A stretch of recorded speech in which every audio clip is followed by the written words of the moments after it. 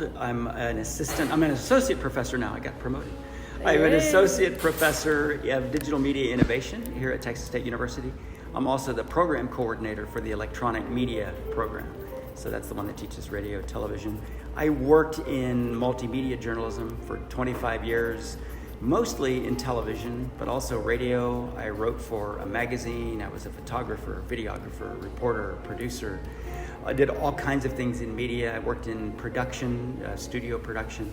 So I had this really nice, diverse, fun career that I really enjoyed. And then I got exposed to academia by working in a communication office at a university. And I really liked the life that the professors seemed to have. And I decided that's the ticket. So I went back to graduate school and it ended up becoming a professor. How long was that? So the master's degree program was a couple of years, and then I went to a doctoral program at the University of Texas at Austin. That was 4 more years. I used to joke with my kids I was in 22nd grade.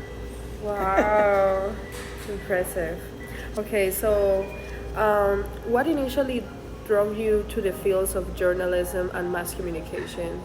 I love when I get this question because it was an accident. I was actually pre-law, and I was an undergrad studying criminal justice. Wasn't really liking it, and I wasn't doing very well academically. And out of the blue, my sophomore year, my sister called, and I was still at home in my hometown in Ohio. And my sister was living in Kansas City, Missouri, working at a television station. And she said, they're looking for interns at my TV station. Why don't you come live with us for the summer and intern at the TV station, and it'll be a party. And so I took her up on it, applied, got an internship, which is interesting because I had not yet had any mass media classes. And yet they still gave me an internship, and I still got college credit for it. And I went out there and worked the internship, and after just a few weeks, they ended up hiring me on the staff. I came back in the fall to resume my college and got a job at a television station in my hometown immediately. And I kind of stumbled into this whole career. It was completely by accident. Wow, that's amazing. I changed majors, and the last 2 years was all about journalism and mass media. Wow, I see. And can you tell us how you joined the faculty of the School of Journalism and Mass Communications? Sure, and that was no accident. I came out of graduate school and I got hired at Texas Tech, and I loved working there. Terrific facilities. They took really good care of me. Great staff and faculty. So I was there for 3 years, but I really wanted to be back in Central Texas, and I really liked what I heard about Texas State. I had 2 very good friends working here who also were classmates of mine at UT Austin in graduate school, Dr. Cindy Royal and,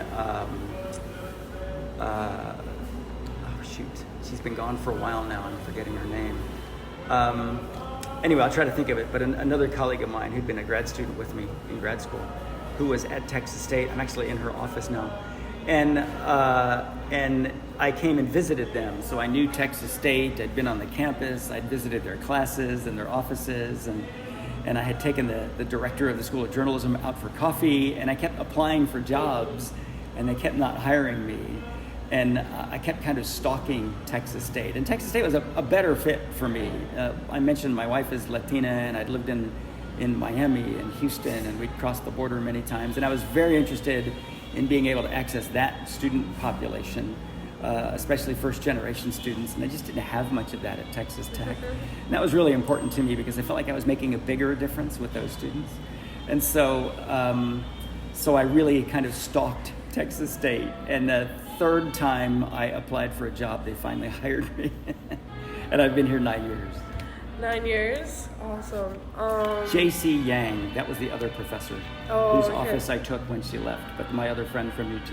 I see. Did you incur any challenges in your career or time here in the School of Journalism and Mass Communication? If so, how did you overcome them?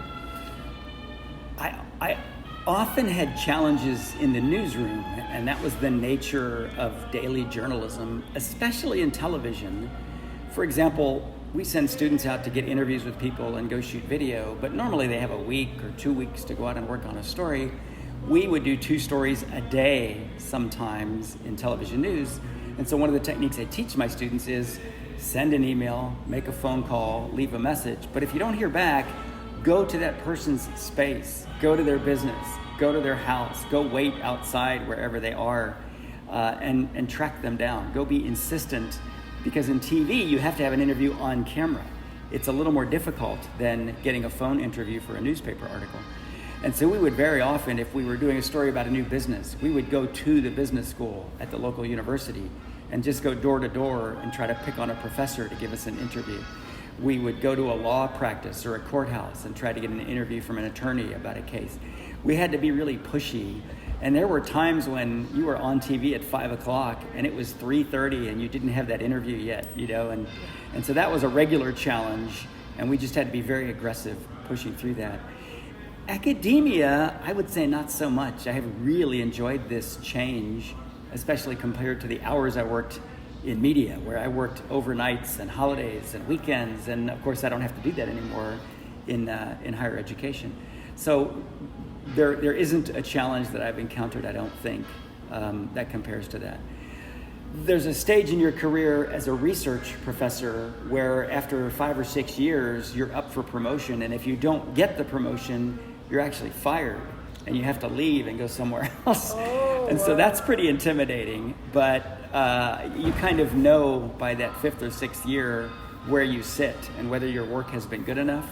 And so it's not a surprise. And I'd gotten good feedback that I was in good shape. So I never really worried about that, but I did think about it fairly often those first 6 years. It's scary, a lot of work behind, and see that they just can decide just to get rid of you. It's like, oh, it's scary, of course.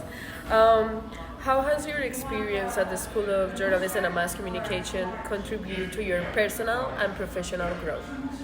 Oh, that's a great question. I don't think anyone has asked me that. I've changed a lot as an academic, and one thing is I realize as I teach that I had been teaching for years and I just didn't realize it. So we would hire new employees at the television station, and I would end up doing an orientation and showing them how things worked for producing a newscast, or these are our cameras and here's how you check one out, and here are some ins and outs with the technology. Here are some techniques that we often employ, and so try to shoot this way. New equipment would come in, and I'd very often be one of the first to learn it, just because I was kind of a technophile and liked to play with the new equipment. And so I didn't realize this, but I'd been teaching for years, and I just didn't have the title of teacher, And so that part has been really satisfying. The most satisfying part of that, too, really, in the midst of a semester, when a student runs in really excited because they have an example of something you taught and they want to show you. And they're really excited because they got it, they learned it, and they're really excited to show you. I love that. And then I have many former students who now work in newsrooms, and I always love to hear their stories. And that's always inspiring, that they are success stories and that they're the ones that have to work overnights and weekends and holidays, and it's not me. That's also part of the fun. Actually, that was one of our next questions. Can you recall a particularly memorable interaction or success story with one of your students that stand out for you? Yeah, so that's an example. There's another great example. I had a student, Chris Aulis, digital media innovation major, non-traditional student. He came back to college around age 30, finished his degree, was working for Apple in their Genius Bar, at an Apple store. And he had this dream of being a videographer, of opening his own business that was like creative videography. And he did really creative stuff. He did virtual reality 360 cams. He did drone photography. He did stuff with GoPros. And he took a class I taught on entrepreneurship in the media. So not a business school class, but a journalism mass communication class, but specifically on media entrepreneurship. And we walk students through doing a proposal and seeking funding and writing up a business plan and creating a company in some cases, like an S-Corp. And he went through those steps over the course of the semester. And when he graduated, he launched this business. And he immediately had clients and has been really successful doing this. So that one's a really fun, inspiring story for me. And what is the company about? It's all emerging video. He calls it Texas Video Solutions, and he does a lot of drone photography for different clients, does some GoPro stuff, some 360 stuff for realtors, but he has all these clients that he does video for, and it pays his bills, and he's loving it. So. Awesome, that's amazing. And just for myself to hear that story is amazing because my path is being long. I am 26. I haven't finished yet, and I know sometimes I feel a little behind, and I push myself a lot about that, and I feel so bad sometimes. So it's great to hear that one of your success stories. It's someone that sometimes the society see that he's late, but he's just doing amazing. It was the right time for him. So that's amazing to hear. He's not the only one. I have several like that, very often military veterans, and they're 26, 30, and they're getting their college degree. And what I've found, and you're probably like this, I was a non-traditional student when I went back for graduate school. I turned 50 during my graduate program, and I think you're like this. I was a better student than I was when I was 19 and 20 years old. And so it's actually a gratifying experience. And I love to have non-traditional students, a 26-year-old student in my class, because I know I can count on them to be serious about the work. And so you're going to be fine. You have a great attitude and experience. And Thank you. Yeah, that's true. Like, when I finish this, I'll tell you a little more about my background in journalism. But anyways, next question. What aspects of the School of Journalism and Mass Communication culture or community have made the greatest impression on you? I really am serious about the ethical approach, especially these days when there's such an attack on information and journalism and expertise. I conduct research and I publish it in peer-reviewed journals, and I get really frustrated when I hear people attack research, academic research, medical research, who have no expertise, and they're attacking the experts who literally are applying the scientific method and undergoing peer review and agonizingly answering critics from reviewers on their research, but having to rewrite it before it gets published. I've lived through all this, and it really frustrates me when people don't appreciate expertise. And that's why I have more respect than ever for journalists who sort of follow the scientific method. They go out and find experts, and they ask them questions, and they prepare. I know you did research to prepare some of these questions. They look for documents and data, and I really respect that and think that's more important than ever. Sort of traditional media, objective media, and the ethical norms around that. Being objective, doing research, being prepared, checking facts, verifying. And so that part I always enjoyed. I enjoy it more now than ever, and I think it's more important than ever. So I understand you teach multimedia and data journalism, video production, and visual literacy. Out of these classes, and maybe more that you have teach or you are teaching now, do you have any personal favorite to teach, and why? My favorite for many years was multimedia journalism, and the reason was I used my work in that class to show my students that I had expertise. They would read my articles, they would see video I had produced, hear my audio stories, data elements I had put together. They'd see my research, my social media posts, live tweeting, covering events. So I loved that because I had a really diverse multimedia career, and so I loved that class because I really felt like I knew what I was doing and could show the students I knew what I was doing and like show my work. And that was a lot of fun, and I still love that class. Some other classes have kind of snuck up on me.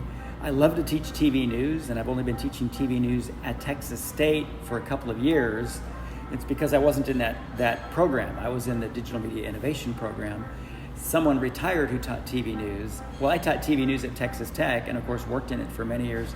So I love to teach that. And then a class that grew on me is that visual literacy class. Great big class, 140 students, sometimes 200 plus. It's visual communication, 3319.